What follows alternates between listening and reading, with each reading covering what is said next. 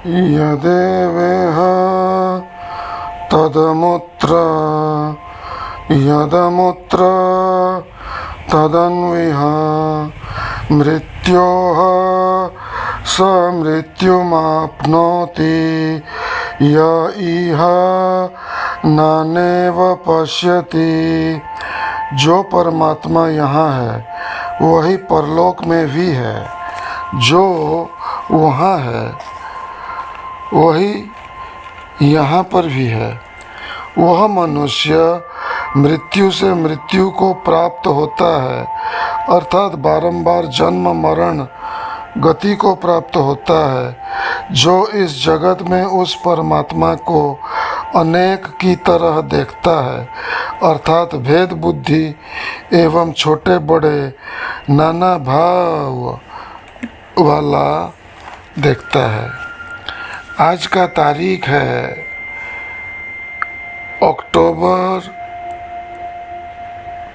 20, 2025 और यह पॉडकास्ट है स्वामी निरंजन जी पॉडकास्ट विथ सैम योगी, जिसमें आपका स्वागत है।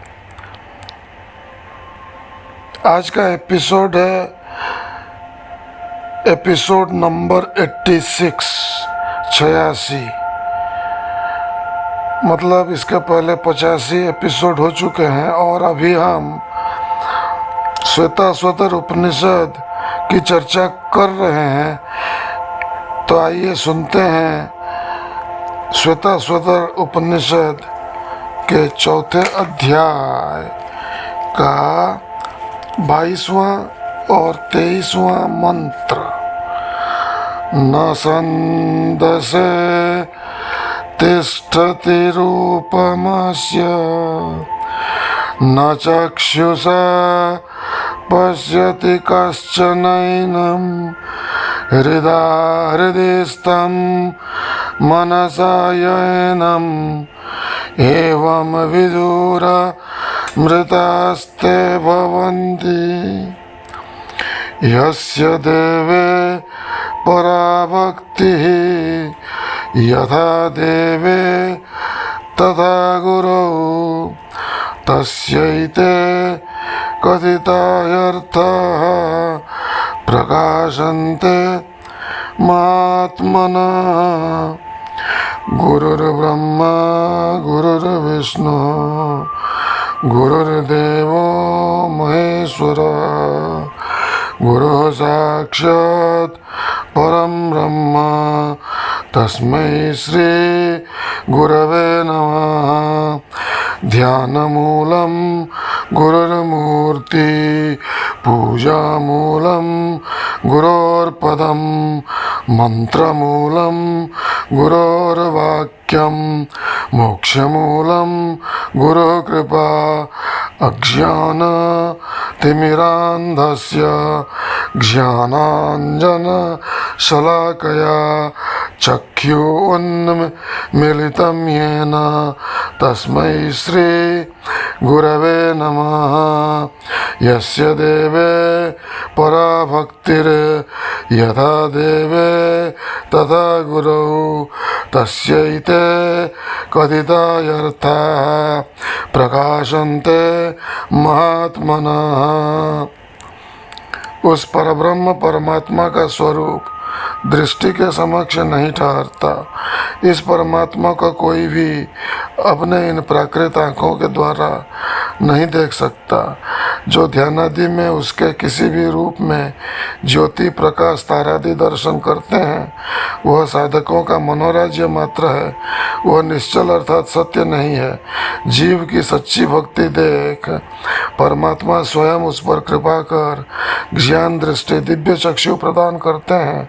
फिर वही भक्त उन्हें दिव्य चक्षु द्वारा अनुभव करने में समर्थ होता है। पश्यन्ति ज्ञान चक्षुषः ज्ञानम ज्ञेयम ज्ञानगम्यम नायमात्मा प्रवचनेन लभ्यो न मेधया न बहुना श्रुतेन यमेव स वृणते तेन लभ्य तस्यैष आत्मा विवृणते तनुम स्वाम। कठोपनिषद का मंत्र 1, 2, 23। इसका अर्थ है वह परमात्मा न तो प्रवचन करने से, न प्रवचन सुनने से, न शास्त्र लिखने से, न संस्कृत पठन पाठन से, न तार्किक बुद्धि से प्राप्त होता है, तथा जो परमात्मा के संबंध में नाना प्रकार मतावलंबियों के द्वारा सुनते रहते हैं, उन श्रुति विप्रतिपन्ना साधकों को भी परमात्मा की प्राप्ति नहीं हो पाती है। वे परमात्मा तो उन्हीं को प्राप्त होते हैं जिन श्रद्धालु भक्तों के प्राण उस परमात्मा को पाने के लिए जल विहीन मछली की तरह व्याकुल हो उठे हैं। परब्रह्म उन श्रद्धालु अनन्य भक्तों की बुद्धि पर से अज्ञान का आवरण हटा ज्ञान ज्योति प्रकट कर देते हैं। उस प्रकार उस प्रकाश में वे ज्ञानी भक्त अपने को देह से भिन्न एवं परमात्मा से अभिन्न रूप में अर्थात सोहम स्वरूप में यथार्थ रूप से अनुभव कर पाते हैं। तो यह बहुत विचित्र है यह ज्ञान, क्योंकि हम सोचते हैं अक्सर कि हम देह हैं, हम यह शरीर हैं, मैं यह देह हूँ। अगर आप मुझे थप्पड़ मारे तो मुझे कष्ट होगा। तो फिर कैसा कह रहे हो कि ज्ञानी भक्त अपने को देह से भिन्न एवं परमात्मा से अभिन्न अनुभव कर पाते हैं, यह परोक्ष अनुभूति है। इसके ऊपर अनुभूति है अपरोक्ष। शंकराचार्य आदि शंकराचार्य ने एक शास्त्र में कहा है कैसे अपरोक्ष जो कि परोक्ष ना हो। अगर परोक्ष नहीं हुआ तो दो प्रकार बचते हैं, एक हो गया अपरोक्ष, नहीं तो परोक्ष नहीं हुआ तो हो गया प्रत्यक्ष। तो प्रत्यक्ष अनुभव तो होगा नहीं आपको ज्ञान से, लेकिन अपरोक्ष अनुभव हो सकता है। उसके लिए आपको पढ़ना पड़ेगा अपरोक्ष अनुभूति आदि शंकराचार्य का।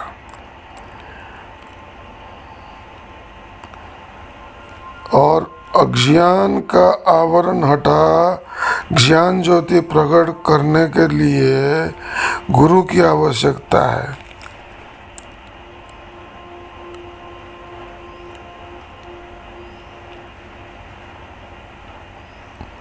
वे परमात्मा तो उन्हीं को प्राप्त होते हैं जिन श्रद्धालु भक्तों के प्राण उस परमात्मा को पाने के लिए जल विहीन मछली की तरह व्याकुल हो उठे हैं। अगर ऐसा आपको है, जल विहीन मछली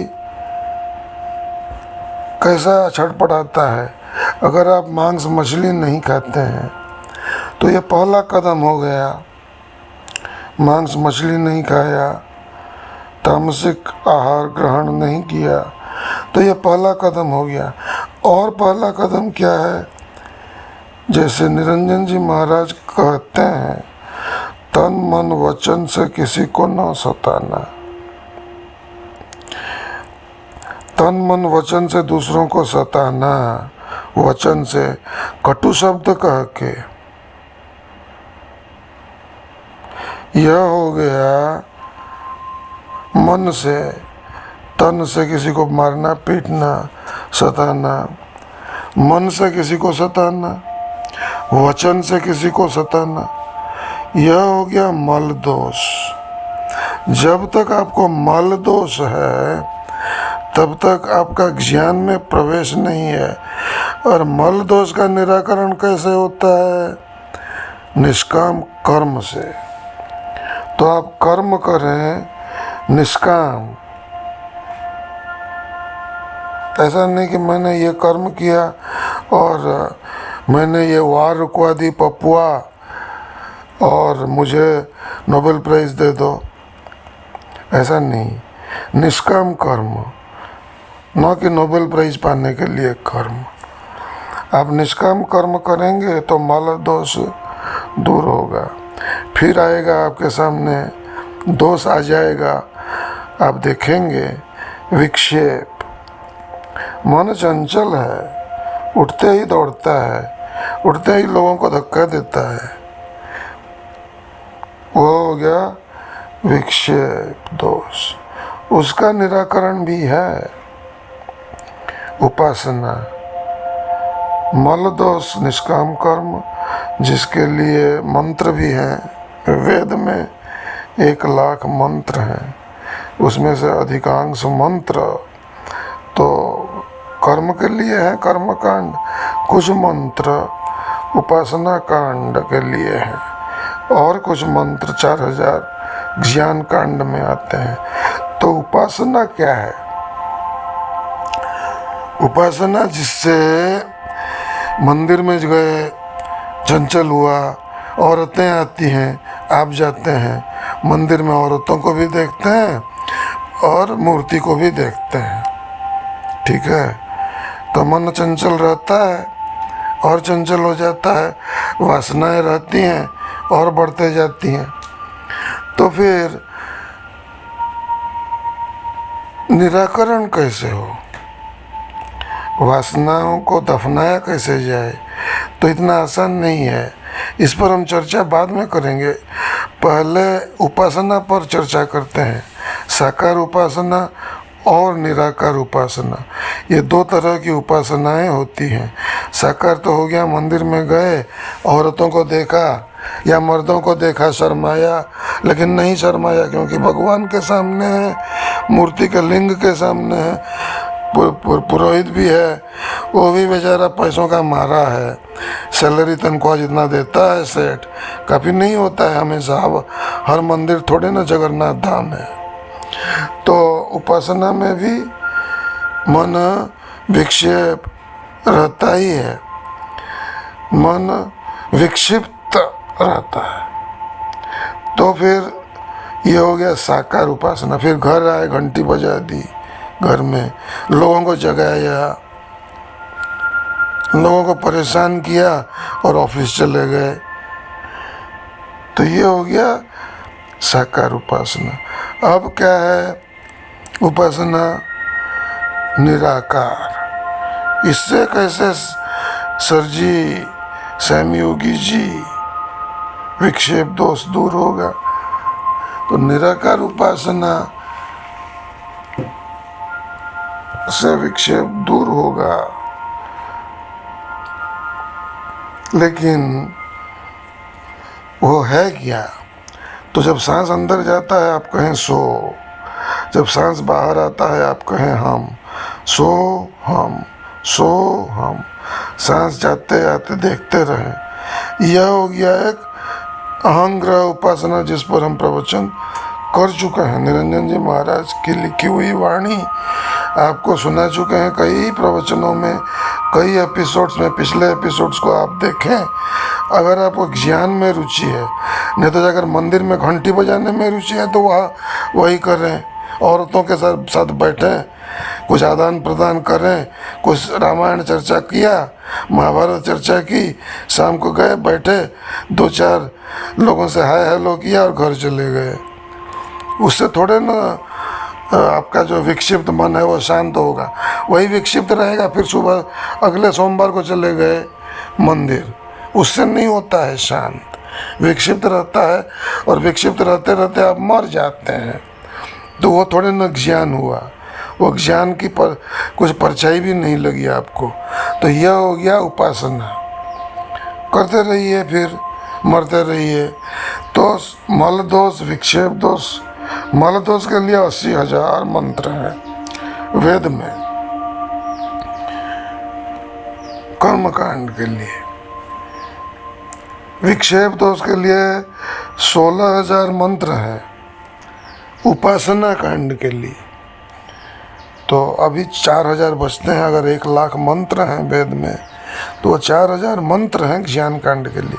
तो उपासना कांड में आ गए 16000 मंत्र, पढ़ते रहिए। शंकराचार्य जी ने लिखा है, जगन्नाथ स्तोत्र है, जैसे सुना देता हूँ। कदाचित कालिंदी तट विपिन संगी तकरवो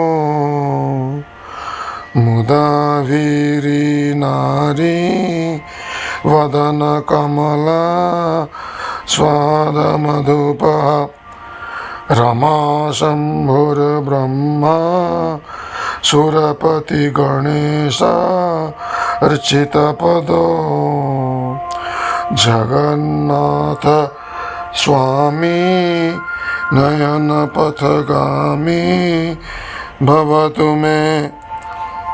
तो यह हो गया उपासना, पूजा अर्चना। और उसके बाद फिर भी लगता है कि मैं ज्ञानी भक्त नहीं हूँ, क्योंकि मैं अपने को देह से भिन्न एवं परमात्मा से अभिन्न अनुभव नहीं कर पा रहा हूँ। तो फिर आपका आवरण दोष अज्ञान काफ़ी स्ट्रॉन्ग है, और उसको हटाने के लिए ज्ञानी गुरु की आवश्यकता है। तो सिर्फ यह प्रवचन सुनने से नहीं होगा, ज्ञानी गुरु को संभालने के लिए, ज्ञान को संभालने के लिए बर्तन सोने का चाहिए। क्योंकि शेरनी का दूध रखने के लिए ऐसा बर्तन में रखोगे तो बर्तन फट जाएगा। तो ऐसा है ज्ञान। तो उसके लिए आप यह करें कि एक तो अपना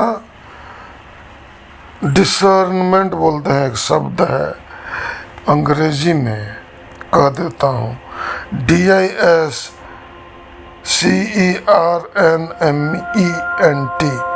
डिसर्नमेंट। यह शंकराचार्य का मत है, हम मॉडर्न भाषा में कहते हैं, उसको कहेंगे विवेक। विवेक जगाइए, विवेक जगाइए। जड़ चेतन, सत असत,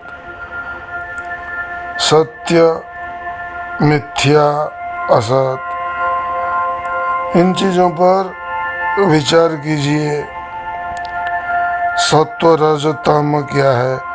राजसिक लोग खाना क्यों पसंद करते हैं? तेल मसाला।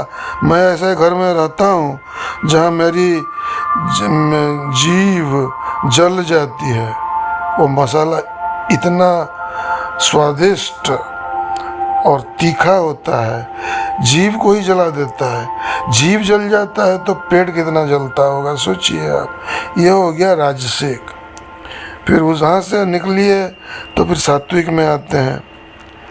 तो सत्व क्या है, रज क्या है, तम क्या है, विचार कीजिए। यह हो गया विवेक। उसके बाद हम अगले प्रवचन में कहेंगे कि और आपको क्या चाहिए एक ज्ञानी गुरु के पास जाने के लिए, आने के लिए, उनसे ज्ञान पाने के लिए। अभी आज बस इतना ही। ओम शांति शांति शांति।